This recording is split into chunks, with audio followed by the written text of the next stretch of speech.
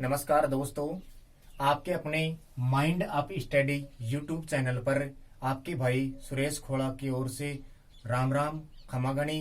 आज अपने राजस्थान के कला और संस्कृति का एक पार्ट स्टार्ट करने जा रहे हैं। जैसे कि राजस्थान की जीके में हमारे बहुत सारे पार्ट हैं और उन्हीं पार्टों में से अपना एक पार्ट है राजस्थान की कला और संस्कृति। राजस्थान की कला और संस्कृति में अपने ये निम्न टॉपिक हैं। धीरे धीरे करके अपन एक एक टॉपिक को पूरा करते हुए राजस्थान की कला और संस्कृति का सारा मामला सलटाएंगे।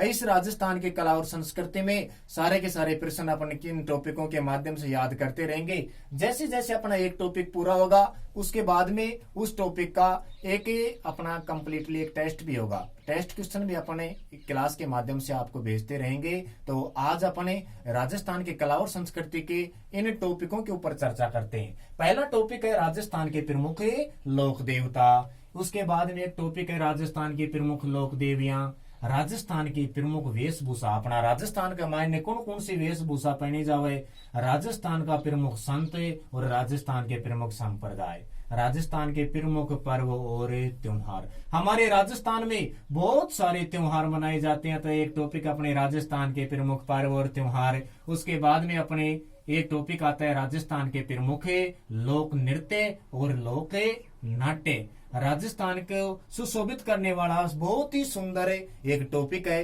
राजस्थान का लोकगीत। हमारे मारवाड़ी राजस्थान के लोकगीत आज भी हमारी राजस्थान की संस्कृति को जिंदा रखने में इन्हीं राजस्थानी गीतों का विद्यमान आवश्यक है। अतः इसके आगे एक अपना टॉपिक है राजस्थान के प्रमुख वाद्य यंत्र और राजस्थान री नारी आभूषण।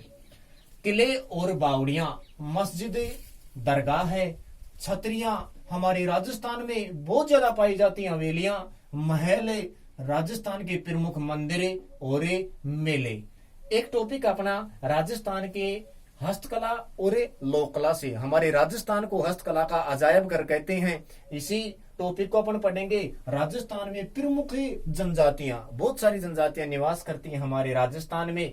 राजस्थान की भाषा और बोलियां, आप सभी को पता है कि अपना राजस्थान के मायने किन किनरी भाषा और बोली बोली जावे। अलग अलग जगह मायने अलग अलग भाषा बोली जावे, अलग अलग बोलियां बोली जावे। एक अपना टॉपिक है राजस्थान की प्रमुख चित्रशैली, राजस्थान के प्रमुख रीति रिवाज और हमारे राजस्थान के प्रमुख जो राजस्थान में प्रमुख कौन कौन से संस्कार मनाए जाते हैं, ये टॉपिक है। और राजस्थान के प्रमुख प्रथा एक टॉपिक है। हमारे राजस्थान में बहुत सारी प्रथाएं प्रचलन में रही है। इन सभी टॉपिकों के बारे में अपन धीरे धीरे करके एक एक टॉपिक करके आगे पढ़ते रहेंगे। तो आज अपने सबसे पहले पढ़ेंगे आज का अपना सबसे पहला एक टॉपिक है राजस्थान के प्रमुख लोक देवता। आज हमें इस लोक देवता टॉपिक से कैसे अपनी कला संस्कृति को स्टार्ट कर रहे हैं, ये आप सभी को पता होगा कि आपा गांव का देश आदमी अपनी राजस्थानी संस्कृति को आपा पालन करा।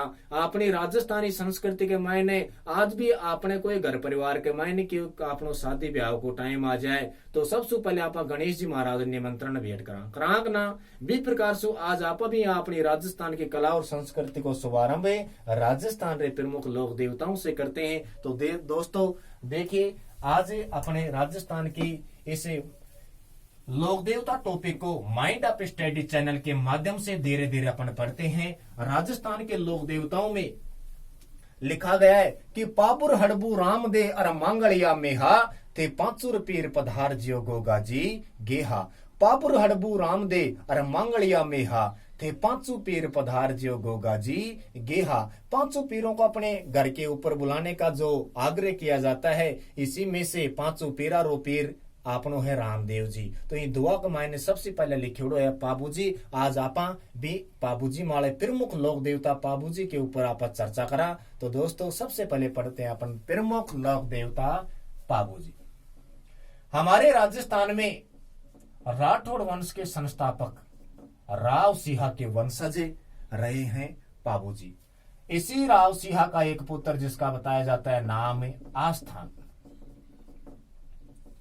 और आस्थान का एक पुत्र जिसका नाम बताया गया धांधड़ जी राठौड़।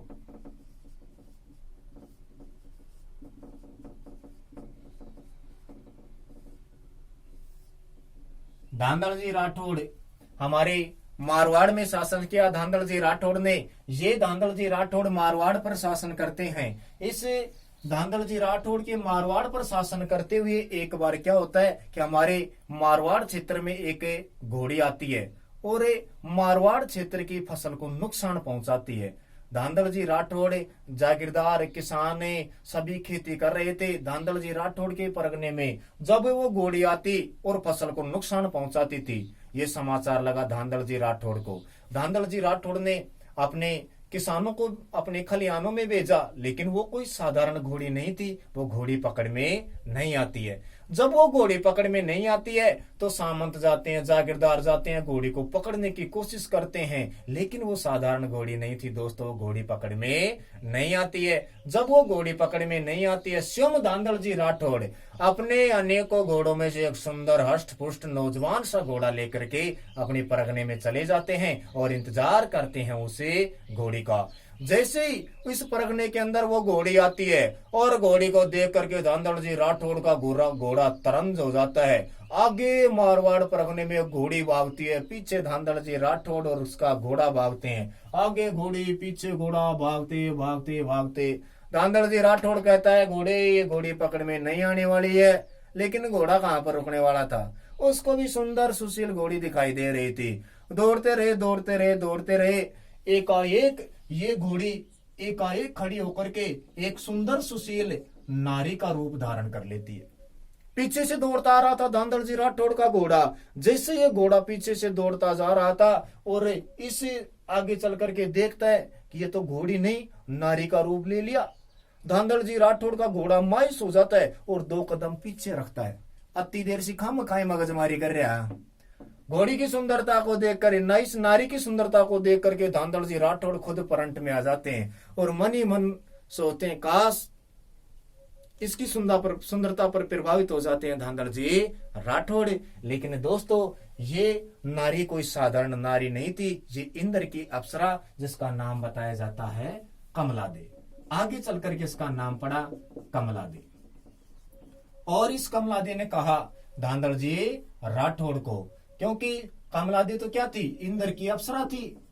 ये इंद्र की अप्सरा कमला दे कहती है महाराज धांधल जी राठौड़ को कि महाराज आज आपने मेरा एक असली स्वरूप देख लिया है, आपको मेरी कुछ वचन है वो जो मानने पड़ेंगे। धांधल जी राठौड़ सुंदरता पर मोहित कहते हैं बता तेरे कौन कौन सी वचन है, मैं आपके हर एक वचन निभाने की कोशिश करूंगा। धांधल जी राठौड़ को पहला वचन पेश करती हैं ये इंद्र की अप्सरा कमला दे कि महाराज आपको मेरे से शादी करनी पड़ेगी। धांधल जी राठौड़ को ती मनी मन चंगा हो जाए, बोलो कत्ती देर से मैं भी तो यही सोच रहा था। बोलो ठीक है, दूसरा वचन पेश करो। दूसरा वचन ये है कि आपको मेरे को एक पर्सनल महल देना होगा। धांधल जी राठौड़ मारवाड़ परगने के शासन करने वाले बोले यार इतने सुंदर नारी के लिए लोग कहते हैं चांद तोड़ करके ला दूं, तेरे लिए तारे तोड़ करके ला दूं, तू तो एक महल ही मांग रही है। बोलो ठीक है, महल भी दिया जाए। तीसरा वचन पेश कर। तीसरा वचन ये इंद्र की अप्सरा पेश करती है, कहती है धांधल जी राठौड़ महाराज आप जब भी मेरे महल के अंदर प्रवेश करोगे तो खुंकारा करके आओगे। खुंकारा करना जानते हो ना समझ जाना साइकोलॉजी। जब भी आप मेरे महल के अंदर प्रवेश करोगे खुंकारा करके आओगे। अगर बिना खुंकारा किए हुए मेरे महल के अंदर प्रवेश कर गए उसी दिन कमला दे की फाइल बंद हो जाएगी। तीनों वचन कबूल कर लेता है धांधल जी राठौड़ और इस कमला दे से शादी करके चले देता है। जैसे ही आता है तो कुछ समय पश्चात अब धांधल जी राठौड़ को कुछ संतान प्राप्ति होने वाली है। तो सबसे पहले धांधल जी राठौड़ को एक पुत्री प्राप्त होती है और इस पुत्री का नाम था पेमदे। धांधल जी राठौड़ को एक पुत्री प्राप्त होती है और इस पुत्री का नाम था पेमदे।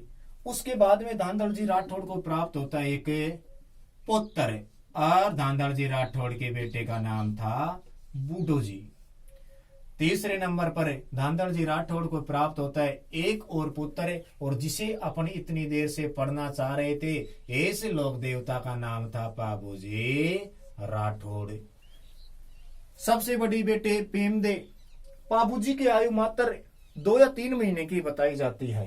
पाबूजी का जन्म हुआ था, पिता का नाम धांधल जी राठौड़, माता कमला दे। जन्म हुआ पाबूजी का कोल्लू मंड गांव में। और ये कोल्लूमंड गांव, जिला जोधपुर। बाबूजी को कहते हैं लक्ष्मण का अवतार। इस लक्ष्मण के अवतार बाबूजी का जन्म हो जाता है। बाबूजी बाल्यकाल में 2 या 3 महीने की आयु के ही थे। तभी एक बार क्या होता है, धांधड़ जी राठौड़ अपने परगने में से घूम करके आते हैं और कमलादे के महल के अंदर बिना खुकारा किए हुए प्रवेश करे जाते हैं। धांधड़ जी राठौड़ से भूल हो गई। अब देखा तो धांधड़ जी राठौड़ ने भूलवश धांधड़ जी राठौड़ अंदर महल के अंदर जाते हैं और देखते हैं कि ये कमलादे शेरनी का रूप धारण करके अपने बेटे बाबूजी को दूध पिला रही थी। धांधड़ जी राठौड़ भी कति डाफा चूक हो जाते हैं। वो घोड़ी है, एक नारी है, एक शेरनी है, 3 रूप देख लिए इन्होंने कमलादे के। तब धांधड़ जी राठौड़ मन ही मन सोचते हैं जरूर कोई ना कोई चटका है। धांधड़ जी राठौड़ को देख करके ये कमलादे अपने असली स्वरूप में आ जाती है और कमलादे कहती है कि महाराज आज आपने मेरा एक वचन तोड़ दिया है, अतः मेरी मृत्यु होना तो स्वाभाविक है। मैं मेरे बेटे इस बाबूजी को शेरनी का दूध पिला पिला करके बहुत बड़ा महान बनाना चाहती थी, लेकिन आपने मेरा सपना तोड़ दिया। अब इस कमलादे की मृत्यु होना तो स्वाभाविक है ही। अंतिम समय में ये कमलादे कहती है धांधड़ जी राठौड़ को कि धांधड़ जी राठौड़, मैं अगले जन्म में, मैं का मतलब कौन कह रही है, कमलादे, कि मैं अगले जन्म में बाड़मेर के बिघन मियाई गांव में, बिघन मियाई गांव में एक घर है माँ देवल चारणी का। माँ देवल चारणी के घर पर जन्म लूंगे और यहाँ पर मेरा जन्म होगा घोड़ी के रूप में, नाम होगा मेरा केसरे कालमी।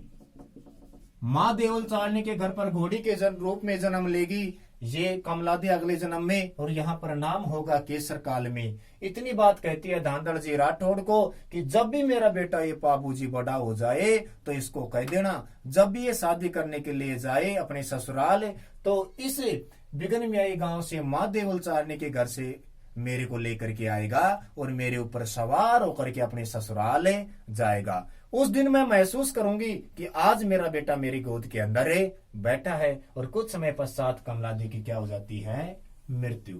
जैसे कमलादे की मृत्यु हो जाती है, कुछ समय पश्चात धीरे धीरे अब तीनों भाई बहन बड़े हो जाते हैं। तो सबसे पहले ये धांधड़ जी राठौड़ इस पेमदे की शादी कर देता है। पेमदे की शादी की जाती है जिंदराव खींची के साथ में। ये जिंदराव खींची था जायल नागौर का शासक। जायल नागौर का शक्तिशाली शासक जिंदराव खींची के साथ में क्या कर दी जाती है, शादी पेमदे की। उसके बाद में दूसरे नंबर पर आते हैं बूडो जी। अब धीरे धीरे करके सारों का ही मामला सलटाना है अपने को। दूसरे नंबर पर आते हैं कौन है, बूडो जी।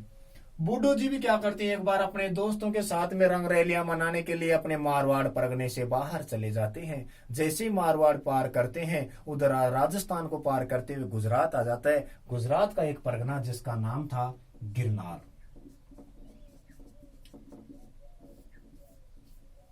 गुजरात के परगने में गिरनार में बागानों में एक राजा की राजकुमारी अपनी सहेलियों के साथ में रंगरैलियां मना रही थी और इधर से चला जाता है अपना बूडो जी अपने दोस्तों के साथ में। जैसे ही बूडो जी की नजर पड़ी गिरनार की राजकुमारी के ऊपर, गिरनार की राजकुमारी को देख करके ये बूडो जी डाफा चूक हो जाता है और मन ही मन सोचता है कि जरूर इसी से शादी अपनी होनी चाहिए। वापस आ जाता है, दिमाग खराब हो जाता है इस बूडो जी का, वापस आ जाता है। जैसे ही वापस आता है अपने घर पर, धांधड़ जी राठौड़ इसके पिताजी कहते हैं कि बता बेटा सफर कैसा रहा, घूमने के लिए गया था। बूडो जी का तो पहले से मगज खराब था, बोलो कुछ नहीं है। अरे बोलो बता। धांधड़ जी राठौड़ ने सोचा जरूर बेटे को कोई ना कोई चटका है। धांधड़ जी राठौड़ ने जैसे पूछा, बूडो जी ने कहा तो सुनो पिताजी, गिरनार गुजरात की रहने वाली, बूडो जी कहते हैं अपने पिताजी को, गिरनार गुजरात की रहने वाली केसर भी का नाम पिता, मारिर भी की जोड़ मिला दो थारा जका जकमोर कटे पिता। अब ये बात सुनकर के सारी बात समझ जाता है कौन है, धांधड़ जी राठौड़ के जरूर बेटे को कोई ना कोई चटका हो गया। धांधड़ जी राठौड़ जाता है गिरनार के राजा के पास में और उसकी बेटी केसर की शादी की बात करता है अपने बेटे बूडो जी के साथ में। कुछ समय पश्चात शादी हो जाती है। गिरनार की राजकुमारी केसर और धांधड़ जी के पुत्र बूडो जी के आपस में क्या कर दी जाती है, शादी कर दी जाती है। और इन्हीं से तो प्राप्त हुआ था रूपनाथ जी। उसके बाद में अपन बात करते हैं जिसे अपन पढ़ना चाह रहे हैं पाबूजी। पाबूजी का जन्म हुआ था कोल्लू मंड गांव जोधपुर में। पाबूजी को कहते हैं लक्ष्मण का अवतार। पाबूजी को लक्ष्मण का अवतार कहते हैं। और एक थी शूर्पणखा। शूर्पणखा का पाबूजी का भी कोई चक्कर था क्या? बहुत सारे विद्यार्थी तुरंत बोलते हैं कि हाँ सर, शूर्पणखा ने ऐसे लक्ष्मण की नाक काट दी थी। पप्पू ये बाहर का मामला है, अंदर का मामला कुछ और ही था। ये शूर्पणखा करती थी लक्ष्मण से प्यार और लक्ष्मण करता रहता था इनकार कि अब तो मैं भैया जी राम और भाभी जी सीता की सेवा करने के लिए आया हूं, वेटिंग में रख देता हूं, शूर्पणखा अगले जन्म में देखेंगे। अब वो वेटिंग वाला समय आ गया है। शूर्पणखा के रूप में तो आ जाती है फूलमदे। ये फूलमदे अमरकोट पाकिस्तान के, अमरकोट एक स्थान है पाकिस्तान में। इस अमरकोट पाकिस्तान का एक राजा जिसका नाम था सूरजमल सोडा। अमरकोट पाकिस्तान के राजा सूरजमल सोडा की पुत्री फूलमदे, जो कि शूर्पणखा की अवतार थी। शूर्पणखा के अवतार के रूप में जन्म लेती है फूलमदे और इधर अपना पाबूजी जन्म लेता है लक्ष्मण के रूप में। अब इनका तो मामला पहले से सल्टा रखा, अपने को कुछ करना ही नहीं है। तो पाबूजी की शादी भी किससे की जाएगी? फूलमदे से। जैसे ही पाबूजी शादी करने के लिए बड़ा हो जाता है, इसके पिताजी धनदड़ जी राठौड़ सारी आप बीती बातें इस अपने बेटे पाबूजी को बताते हैं कि ऐसे ऐसे अंतिम समय में कमला दे तेरी माता मेरे को ये बात कह करके गई थी कि मैं बाड़मेर के बिगन मियाई गांव में माँ देवल चालनी के घर पर घोड़ी के रूप में जन्म लूंगी और यहाँ पर मेरा नाम होगा केसरे कालमी। अतः बेटा तू यहाँ से उसको लेकर के आ और फिर ही अपने ससुराल उसके ऊपर सवार होकर के जा। ये आपकी माता की थी अंतिम इच्छा। उससे पहले क्या होता है दोस्तों, ये पेमदे का पति जिंदराव खींची, ये जिंदराव खींची इस घोड़ी की सुंदरता को देख करके मोहित हो जाता है और जिंदराव खींची इस माँ देवल चालनी की घोड़ी केसर कालमी को मांगने के लिए चला जाता है। लेकिन माँ देवल चालनी जिंदराव खींची को घोड़ी देने से कर देती है इनकार। जैसे इनकार करती है, जिंदराव खींची भी गुस्से में हो जाता है कि देख लूंगा माँ देवल चालनी को, मेरे को जायल के नागौर के शासक को जिंदराव खींची को घोड़ी देने से इनकार कर दिया। कुछ समय पश्चात चला जाता है। अब कौन है? पाबूजी। पाबूजी के पिताजी ने सारी बात इसको बताई। अब ये पाबूजी चला जाता है और माँ देवल चालनी को जाकर के सारी की सारी आप बीती बातें बताता है कि माँ ऐसे ऐसे ये पूर्व जन्म में मेरी माता थी, अंतिम समय में मेरे पिताजी को ये कह करके गई थी। जैसे देवल चालनी ने सुना, कहा कि इस घोड़ी की इच्छा ये थी तो मैं क्यों मना करूंगी भला। ठीक है बेटा पाबूजी, आप इसको लेकर के जा सकते हो, लेकिन मेरी भी एक शर्त है। ये घोड़ी मेरी गायों की करती है रक्षा और जब भी मेरी गायों पर कोई संकट आएगा ये घोड़ी हिन हिनाने लग जाएगी। ये घोड़ी जब हिन हिनाने लग जाए तो आप समझ लेना कि जरूर माँ देवल चालनी की गायों पर कोई ना कोई चटका है। अतः आप तुरंत मेरी गायों की रक्षा करने के लिए आ जाना। वीर पुरुष पाबूजी माँ देवल चालनी का वचन स्वीकार करते हैं और वचन निभाते भी हैं। ऐसे केसर कालमी घोड़ी को लेकर के आ जाते हैं अमरकोटे ऐसे कोलू गांव है जोधपुर में और यहां से चले जाते हैं फिर शादी करने के लिए पाबूजी अमरकोटे पाकिस्तान में। जैसे ही पाबूजी जाते हैं अमरकोट पाकिस्तान में, अमरकोट पाकिस्तान में पाबूजी को जाते ही पता चलता है जिंदराव खींची को कि उस देवल चारने ने तेरे को घोड़ी नहीं दी, पाबूजी के बच्चे को घोड़ी दे दी। अभी देखता हूं देवल चारने को। ये जिंदराव खींची आक्रमण कर देता है माँ देवल चारने की गायों पर। जब माँ देवल चारने की गायों पर आक्रमण होगा तो घोड़ी ही नहीं आएगी। और घोड़ी कहां पर है? अमरकोट पाकिस्तान में। अमरकोट पाकिस्तान में इस समय चल रहे थे पाबूजी के फेरे। पाबूजी के 3 फेरे पूरे हो चुके थे, पाबूजी का 4था फेरा चल रहा था। लेकिन उसी टाइम पर देखा कि जिंदराव खींची ने आक्रमण कर दिया माँ देवल चारने की गायों पर और इस केसर काल में घोड़ी ने हिन आया। जैसे केसर काल में घोड़ी हिन आई तुरंत समझ जाता है कि पाबूजी के जरूर माँ देवल चारने की गायों पर कोई ना कोई संकट है। अतः ये पाबूजी तुरंत माँ देवल चारने की गायों की रक्षा करने की ठान लेता है। पाबूजी का 4था फेरा चल रहा था। पाबूजी ने कहा, पता नहीं फूलमदे तेरी किस्मत में क्या लिखा है, पता नहीं फूलमदे तेरी किस्मत में क्या लिखा है। गैलडी बार भी वेटिंग में, जानू रब की बार भी वेटिंग में रखा है। पिछली बार शूर्पणखा के रूप में ये लक्ष्मण, और तुरंत गठजोड़ा काट करके आ जाते हैं। कौन है? पाबूजी। पाबूजी गठजोड़ा काट करके आ जाते हैं और जिंद्राव खींची से भयंकर युद्ध करते हैं ढेंचू गांव में। इस भयंकर युद्ध में जिंद्राव खींची पाबूजी के पूरे वंश परिवार और सेना को वीरगति को प्राप्त करा देता है। पाबूजी कहते हैं कि भाई पाबूजी वीरगति को परास्त हुए थे, पाबूजी वीरगति को प्राप्त हो गए थे पाबूजी। इस पाबूजी को कहते हैं ऊंटों का देवता। क्या कहते हैं भाई? ऊंटों का देवता। ऊंटों में एक बीमारी होती है सर्रा, प्लेग। अतः पाबूजी को प्लेग रक्षक देवता के रूप में भी माना जाता है। पाबूजी ने कहते हैं कि भाई ऊंटों के पहले 5 पैर हुआ करते थे और पाबूजी ने अपनी भतीजी की शादी में ऊंटों का बेड़ा देना था। तब पाबूजी ऊंट लाने के लिए चले जाते हैं। राजस्थान में इतने ऊंट नहीं थे। अब शादी का समय नजदीक था, ऊंट टाइम पर पहुंच नहीं पा रहे थे। तब पाबूजी ने इस ऊंट का जो बीच का 5वां पैर था वो पैर ही गायब कर दिया। ऊंटों के संरक्षक, ऊंटों की रक्षा करने वाले पाबूजी, वो 5वां पैर जो छाती के ऊपर गद्दीनुमा आकृति पाई जाती है, आज भी ऊंटों के ऊपर ऊंट की छाती पर पाई जाने वाली गद्दीनुमा आकृति, उसको क्या कहते हैं? उसको कहते हैं ईडर। क्या कहते हैं? ईडर। ध्यान रखना दोस्तों। अतः ऊंटों का देवता पाबूजी, प्लेग रक्षक देवता पाबूजी के रूप में पूजा जाता है। पाबूजी इसे जिंद्राव खींची से युद्ध करते हुए वीरगति को प्राप्त हो जाते हैं। आज भी कोल्लू गांव में पाबूजी का मेला लगता है। पाबूजी का मेला लगता है चैत्र अमावस्या। पाबूजी का क्या लगता है? मेला। इस पाबूजी का एक भतीजा जिसका नाम था रूपनाथ जी। इस रूपनाथ जी ने अपने जिंद्राव खींची से युद्ध करके अपने पिता और कुल की हत्या का बदला लिया था, जो अपन पढ़ाएंगे आगे अगले पार्ट 2 में। पाबूजी के ऊपर प्रमुख कई गाथाएं भी लिखी गई थी।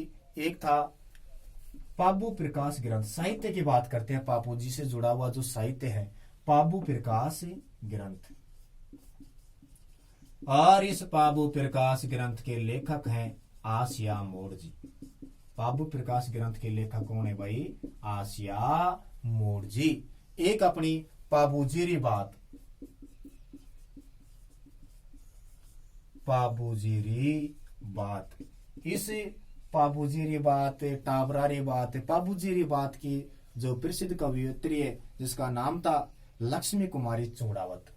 लक्ष्मी कुमारी चूड़ावत। पाबूजीरी बात एक बहुत ही एक सुंदर गाथा है। और एक है पाबू बत्तीसी।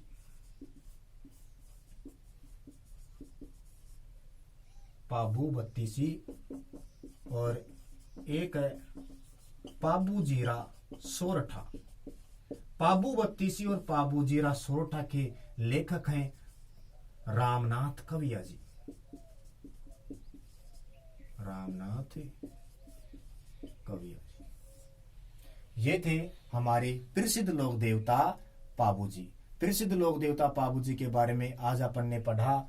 रावसिया के वंशज आस्थान के पुत्र धांधल जी राठौड़, सबसे बड़ी बेटी पेमदे, उसके बाद में बूढ़ो जी जिसकी पत्नी का नाम था केसर, और धांधल जी की पत्नी का नाम कमला दी जो कि इंद्र की अप्सरा थी। पाबूजी को कोल्लू गांव जोधपुर में जन्म हुआ। लक्ष्मण का अवतार कहते हैं। मेला लगता है। पाबूजी के मंदिर को कहते हैं मंडे। और पाबूजी की जो पूजा करते हैं, पाबूजी की पूजा करते हैं नायक जाति के। इन नायक जाति के पाबूजी की पूजा करने वालों को कहा जाता है भोपा। अतः पाबूजी का पुजारी भी क्या कहलाते हैं? भोपा कहलाते हैं। राठौड़